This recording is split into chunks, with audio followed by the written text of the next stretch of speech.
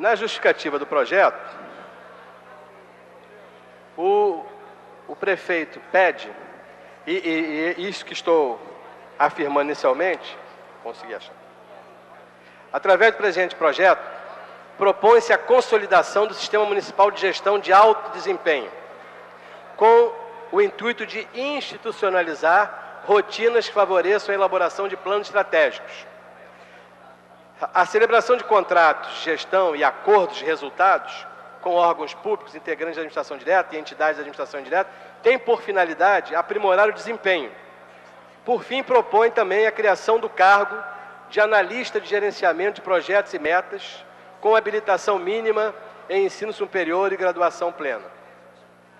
Coloca ainda o prefeito na sua justificativa que os resultados que no início da gestão 2009-2012, a Prefeitura, por meio da Secretaria da Casa Civil, desenvolveu, a partir da edição de um decreto, um processo formal de planejamento estratégico. Ou seja, o que está sendo pedido no projeto é que isto que já foi feito através de um decreto seja institucionalizado. A nossa discordância, e aí eu quero deixar bem claro, principalmente ao líder do governo, que está aqui presente, o vereador Guaraná, que a minha justificativa do voto contrário ao projeto não seja interpretado, como algumas discussões têm tido aqui entre a oposição e o governo, que a discussão passe para uma desqualificação do posicionamento contrário. Nós vimos, eu fiz críticas ontem aqui nesse plenário, aqui nesse microfone, a respeito da festa. Ontem aconteceu uma festa exatamente para celebrar os funcionários premiados com o 14º salário. Ninguém aqui é contra a modernidade administrativa. Ninguém é contra aqui os avanços. Mas existe um quadro muito claro. Neste decreto, nestes avanços que o governo diz que fez em relação ao projeto, o governo achou melhor opção, através dos seus técnicos, que a melhor opção seria oferecer um 14º salário ao funcionário. É evidente que não tem nenhum funcionário que vai ficar contrário a um 14º salário. Todos nós, funcionários, gostaríamos de ter um 14º salário. O problema é que, em momento algum, nesta moderna administração executada por esse decreto, e que agora tenta se institucionalizar por uma lei, por exemplo, se fala num plano de cargos, carreiras e salários para os servidores públicos. O governo tenta convencer o funcionalismo público que é melhor trabalhar através de metas e oferecer um 14º salário àqueles que alcançarem as metas. Isto é melhor do que, por exemplo, organizar e executar um plano de cargos, carreiras e salários, que será um pagamento de mais do que 14º salário. Será um salário adicional durante anos àqueles funcionários da administração pública direta que forem crescendo funcionalmente. Então, eu acho que esta discussão aqui, o governo já pode fazer isso, como fez por decreto. Nós não precisamos chancelar esse tipo de conduta, sabendo que essa conduta não tem no bojo dela outras atividades administrativas que são tão importantes quanto o 14º salário, como, no caso, o plano de cargos, carreiras e salários. Por que será que o governo, ao apresentar um projeto para casa, criando a empresa municipal de saúde, por exemplo, nela ele coloca no meio, no bojo da empresa, ele coloca um 14º salário, um plano de cargos, carreiras e salários?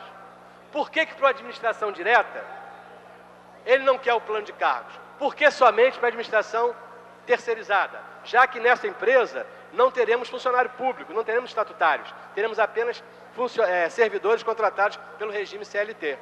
Então, eu acredito que nós chancelarmos isso, eu, por exemplo, não me sentirei à vontade de saber que contribuir para a criação de um programa de trabalho, de um programa de gestão, de uma modernização da administração pública, que não consta nela o plano de cargos, carreiras e salários, que é muito mais importante, na minha visão, do que dar apenas o 14º salário, que depois é comemorado da maneira que nós vimos ontem. Então, eu queria deixar bem claro que a nossa posição não é uma proposição que defenda o atraso da administração. Todos nós queremos fazer isso.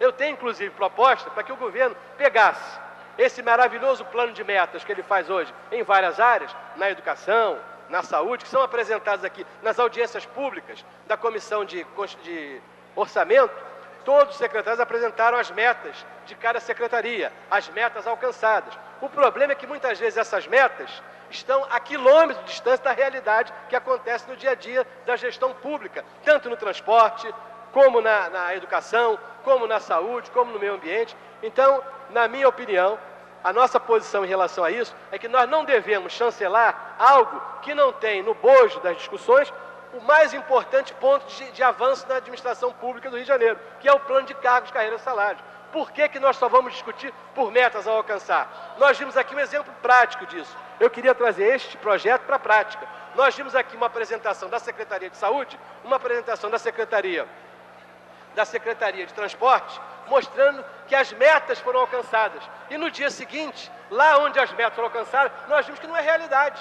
Que essas metas ditas aqui não correspondem ao que acontece no órgão público, na saúde, na educação ou na questão do transporte, por exemplo, pegando 3 secretarias de importância. Então, por isso, a minha proposta é que, não podendo modificar, não podendo mexer em relação a isso, eu não posso discutir que mais importante, a minha opinião não é aceita pelo governo, que mais importante do que atingir as metas, para que essas metas possam ser alcançadas, e acho que as metas são importantes, eu não discordo da questão das metas, eu só acho que mais importante do que as metas no momento é dotar o sistema público de um outro mecanismo, que é um plano de cargos, carreiras e salários, que pode ser uma ideia um pouco mais velha, mas nem tudo que é mais velho é pior do que é mais novo. Ou seja, poderíamos agrupar as duas coisas.